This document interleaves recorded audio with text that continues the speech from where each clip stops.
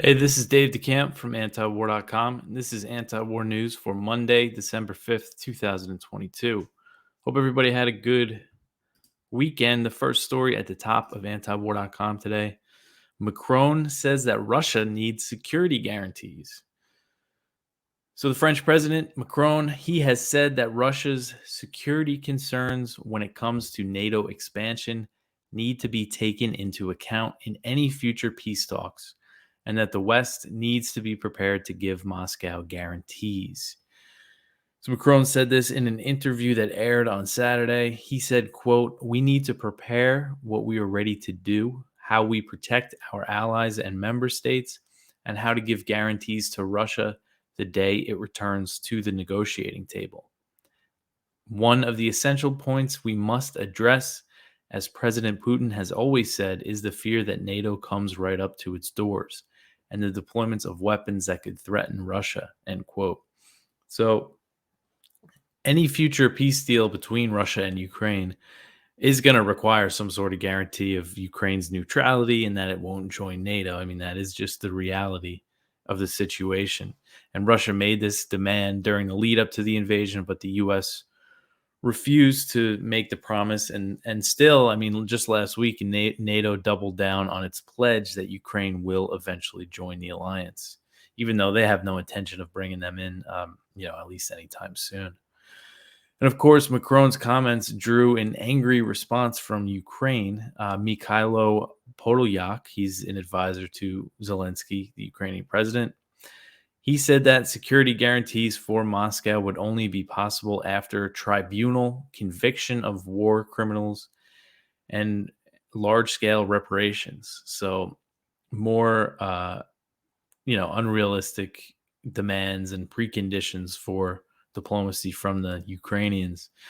So it's interesting to see Macron say this because this interview was actually recorded while he was in Washington meeting with President Biden, and he was there for 3 days and he spent a lot of time with Biden. And unlike Biden, Macron has maintained contact with Putin since February. He's had multiple calls with him. He's gotten a lot of heat for it from, the more hawkish NATO members like Poland and, the Baltic states. And while he was meeting with Putin, while he was meeting with Biden, Macron said that he would keep talking with Putin to prevent escalation. And Scholz, the German chancellor, he's also maintained contact with Putin, and he just talked to him this past Friday. So right after Macron was in D.C. And according to the Kremlin, Putin told Scholz that the Western approach to Ukraine was destructive and that Germany should rethink the policy.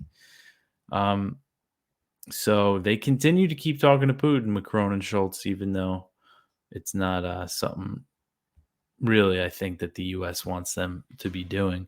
Biden said when he met with Macron that he has no plans to contact Putin, that he would only talk if he wants to end the war. And really what that means, if he just wants Russia to pull the troops out. So it's just not realistic. Macron, throughout the war, he's said, realistic things about how this is going to end in a diplomatic solution eventually, and that the West shouldn't try to punish Russia. He said things like that, and he always gets a lot of heat for it. They're still going along, of course, France and Germany with the sanctions and sending weapons to Ukraine, but at least, they're still talking to Putin and Russia. All right, the next one here. So this is from Kyle Anzalone at the Libertarian Institute. So one thing he wrote up for us on Friday is that Zelensky's looking to ban the Ukrainian Orthodox Church. There's millions of Russian Orthodox practicing Christians that are Russian Orthodox in Ukraine, and he's saying, that because of their ties to Russia, he wants to take action against the church and ban the church. So following what he said, they've imposed sanctions on 10 top clerics in the Russian Orthodox Church. And the move came after Zelensky announced that he was seeking to ban any religion with ties to the Russian Federation from operating in Ukraine. Ukraine's security services issued a statement on Sunday that announced penalties for 10 senior members of the Russian Orthodox Church, alleging the clerics were working with Moscow. The statement said, quote, "The Security Service of Ukraine continues to carry out comprehensive work on the protection of Ukrainian statehood and will continue to expose persons who threaten the sovereignty and territorial integrity of Ukraine," end quote. The measures are unlikely to have a major impact as all of these sanctioned religious figures are currently in Russian-controlled territory, but the sanctions are nonetheless part of a broader effort to purge Russian culture from Ukraine. In his nightly address on Thursday, Zelensky said it was necessary to ban all religious organizations with ties to Russia, insisting the country must never allow anyone to build an empire inside the Ukrainian soul. And the number of Ukrainians who practice in Russian Orthodox parishes, Kyle says, is unclear. Some recent polling places the number as low as 15%, but those numbers did not consult the Ukrainians living in Russian-held territory, which is where a lot of ethnic and Russians and Russian-speaking Ukrainians live. So Zelensky is vowing to retake all of Ukraine, suggesting that the millions of people living in the Donbass and Crimea could lose their ability to worship if Ukraine retakes those regions. Realistically, though, I doubt that they're going to retake Crimea. All right, so the next one here, Russia rejects the EU's $60 oil price cap. So Friday, the EU officially agreed to on the level of the Russian oil price cap at $60. And on Saturday, of course, Russia rejected the EU's decision and warned that it will cut off any country that endorses the cap. The EU's ban on Russian oil will take effect on Monday. So this is, we're going to see what happens here this week, exactly how Russia reacts. And so the idea of the cap is that the EU's oil embargo takes effect, and that includes banning Russian insurance and other services for Russian oil shipments. So the idea of the cap is that as long as it's sold at this set price, those services can continue. But Russia has warned since the plan was first discussed, and this has been led by the U.S., Janet Yellen, the Treasury Secretary, and Russia has warned that it wouldn't comply. And Mikhail Ulyanov, he's Russia's envoy in Vienna. He wrote on Twitter, quote, "From this year, Europe will live without Russian oil. Moscow has already made it clear that it will not supply oil to those countries that support anti-market price caps. Wait, very soon the EU will accuse Russia of using oil as a weapon," end quote. So what he's referring to there is all the U.S. and other Western sanctions on Russia, on Russian energy. And then Russia, turns around and cuts off some pipelines from gas. And then the EU says that, Russia is weaponizing energy, even though they're really declaring an economic war on Russia. You got to expect retaliation. So Dmitry Peskov, he's the Kremlin spokesman. He said that Russia would not accept this price cap and was assessing how exactly to respond. So if Russia decides to retaliate by slashing oil production, it will send global prices skyrocketing. On Sunday, Russia attended a meeting of OPEC Plus, which includes the OPEC states plus their allies, that oil producers, which Russia is part of the plus. But they agreed to maintain current production levels, which they reduced by 2 million barrels per day in October. So for now, they haven't made any changes. And I'm not sure if Russia would slash a lot of oil production on its own outside of OPEC plus. Again, we're going to see what they do here. But Zelensky, he does not think that the EU's price cap is low enough, and he slammed the move as weak. They're just really not afraid to criticize the U.S. and the EU, who they're just entirely relying on. Their Western backers to survive, but it doesn't stop them. He said that the EU's determination was not a serious decision and that Russia would be quite comfortable selling oil at that level. So if this price cap plan backfires, like I think it's going to, who knows exactly how badly it will backfire, at what level the prices are going to go up. But if it does lead to a major increase, the gas prices in the US are still high, but they just returned to levels that they were at before Russia invaded Ukraine, and before the West began targeting Russia with energy sanctions. So if this really backfires, I mean, those gas prices are going to go back up. It could be pretty significant. But we'll see. We'll see what happens. All right, the next story here. Adam Smith says that calls for Ukraine aid oversight are Russian propaganda. So this is Representative Adam Smith, the Democrat from Washington. He's the head of the House Armed Services Committee. On Saturday, he dismissed growing calls for more oversight of the billions of dollars the U.S. is spending on Ukraine, saying that it's part of Russian propaganda. So while the majority of Republicans strongly favor continuing to arm Ukraine, even the more hawkish GOP members have said recently that they favor increased oversight for the aid. I think it was last week, McCall said we should give Ukraine missiles so they could target Crimea, but there should be oversight. I think maybe they're just doing it to placate the voters. Who knows how serious they are about it. But Smith said that the concern from Republicans for more transparency makes him a little crazy, is how he put it. He said, quote, Ukraine is spending the money really well. That's why they're winning. Yes, we need oversight, but we don't need that as an excuse to not fund what we're doing, end quote. He said this at the Reagan National Defense Forum on Saturday. I mean, it's just ridiculous. And to dismiss the oversight, transparency as Russian propaganda. And so there has been a push from Republicans. A small group of House Republicans introduced a bill to audit all the aid that has been sent to Ukraine, all the money that's been spent on the war. And that was led by Marjorie Taylor Greene. She's a Republican from Georgia. And, she is kind of, she's not like a mainstream Republican. So when I first saw that she introduced this bill, I wasn't sure if it would really get anywhere. But again, we have seen a lot of Republicans say that they would favor oversight. And she said she will reintroduce it in the next Congress if it gets voted down or if it doesn't get brought to a vote before January during the lame duck session that we're in now.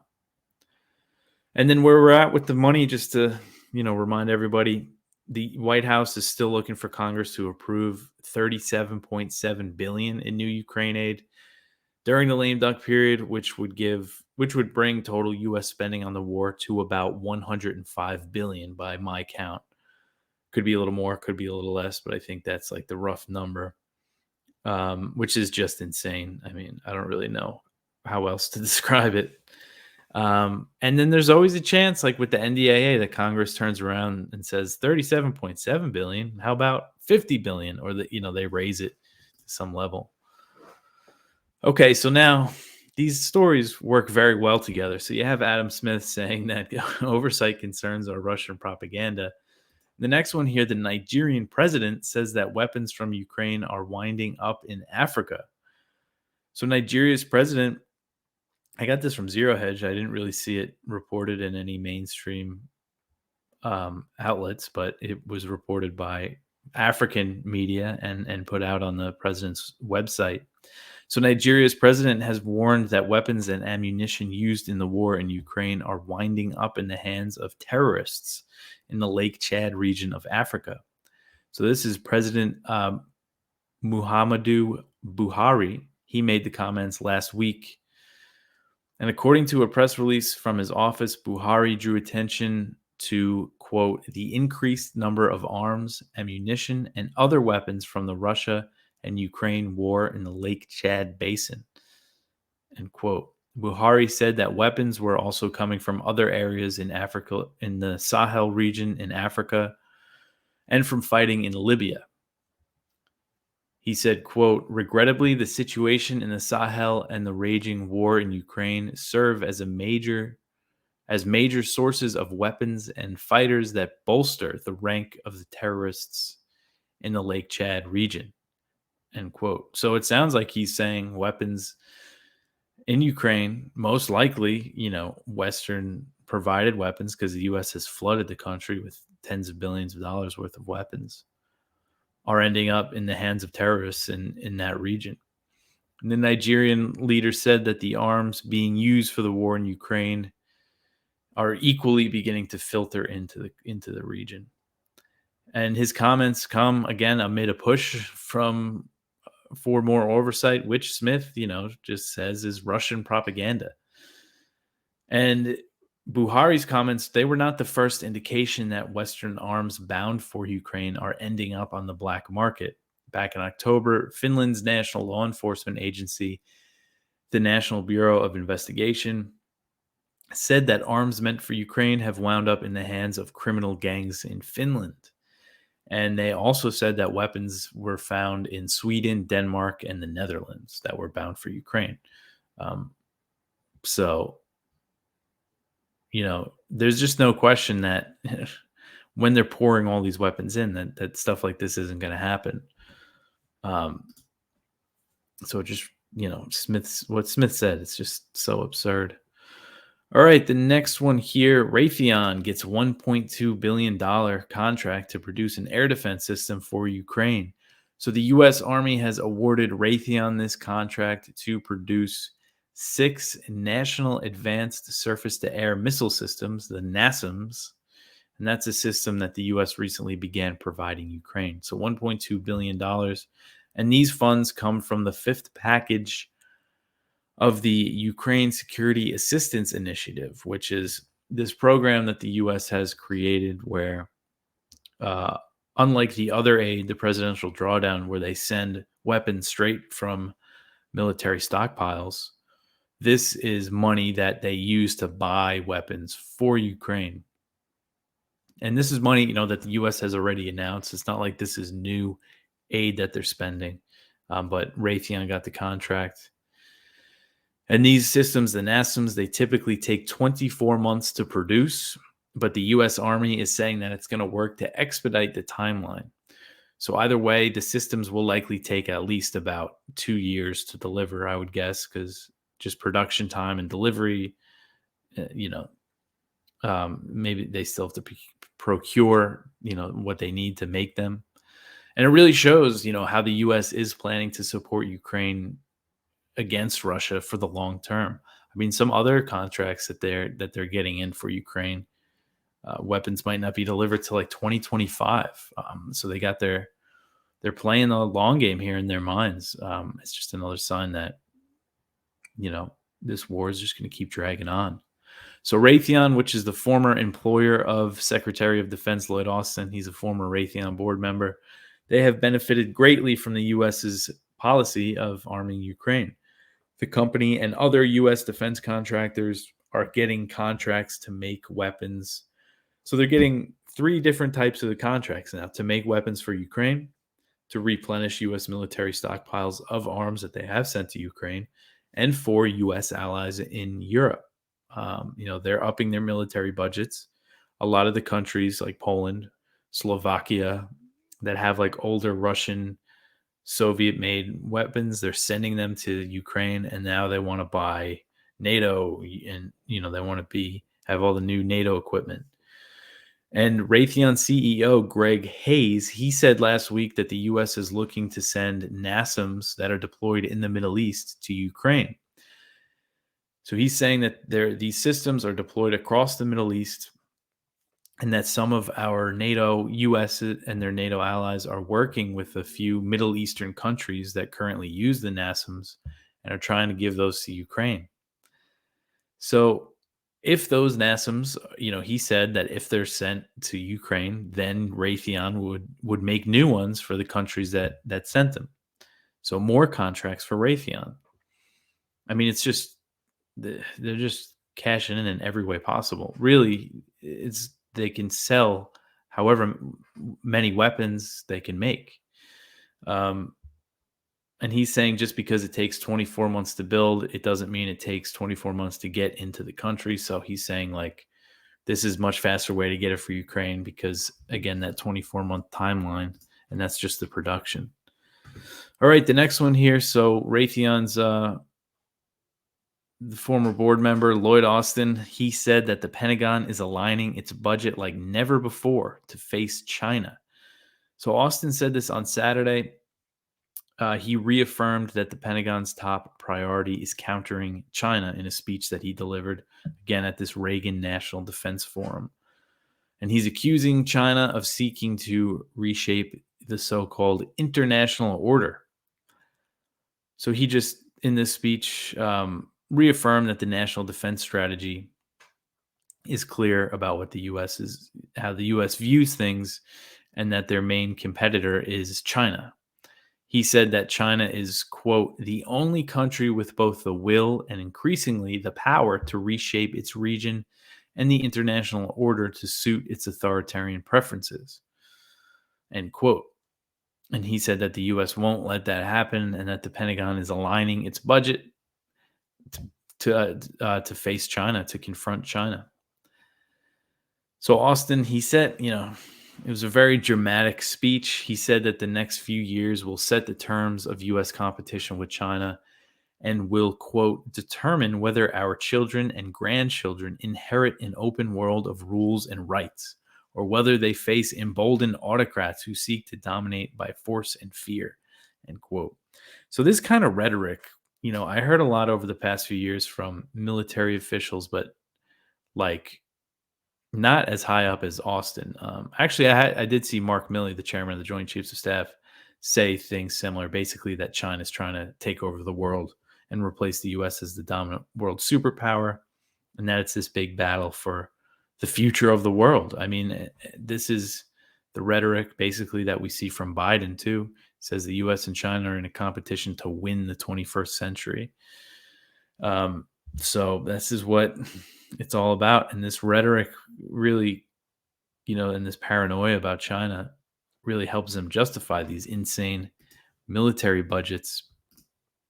So a day before he delivered this speech, Austin unveiled the new Northrop Grumman-made B-21 Raider bomber. And this is the first new American aircraft bomber that's been built in 30 years. He said that the B-21 is a long-range strike stealth bomber, and it will soon be the backbone of the Air Force bomber fleet. So the B-21 is part of the modernization plan for the U.S. nuclear triad. And that plan, if they do all of it, it could cost up to $1.5 trillion. So it's big money. I think I've mentioned it a lot just because, keeping these tensions high justifies all this spending to modernize the nuclear triad instead of entering arms control agreements to dismantle nuclear weapons. And military officials have made clear that, this new bomber is meant to intimidate China. So Frank Kendall, he's the Air Force Secretary. Last year, when he first came in, he said that he wants to see the U.S. invest in military technologies that will scare China. And that's how he put it. That's his quote. He wants to scare China. And he said that the B-21 would be very intimidating. And he has also said that his priority as the Air Force Secretary, his priorities are China, China, and China. So again, this is what the military is focused on, even as they are funneling all these weapons into Ukraine.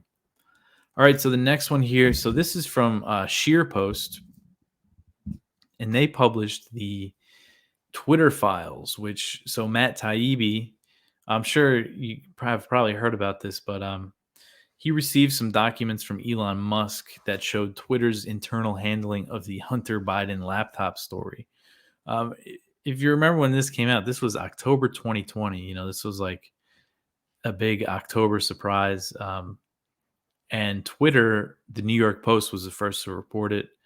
And Twitter did something that they never really did before with something like this, and basically made it impossible to share on Twitter. You couldn't even send it in a DM. And these files that Musk has, there's going to be more coming out about this, but basically there was a setup that the Democrats, the campaigns, could send Twitter a request to take down something that if they wanted to. But also Republicans and the Trump campaign apparently had the same ability, but because Twitter's employees skewed, Democrat, virtually all of them, or left, liberal, whatever you want to call them. It was overwhelmingly this type of stuff that they did, more so in favor of the Democrats. When it comes to accounts getting banned, I mean, right wing and left wing accounts get banned all the time. Really, I think one of the most common reasons to get banned is if you're good on foreign policy, if you're anti-imperialist, or it seems to be the common thread with people that get banned unjustly.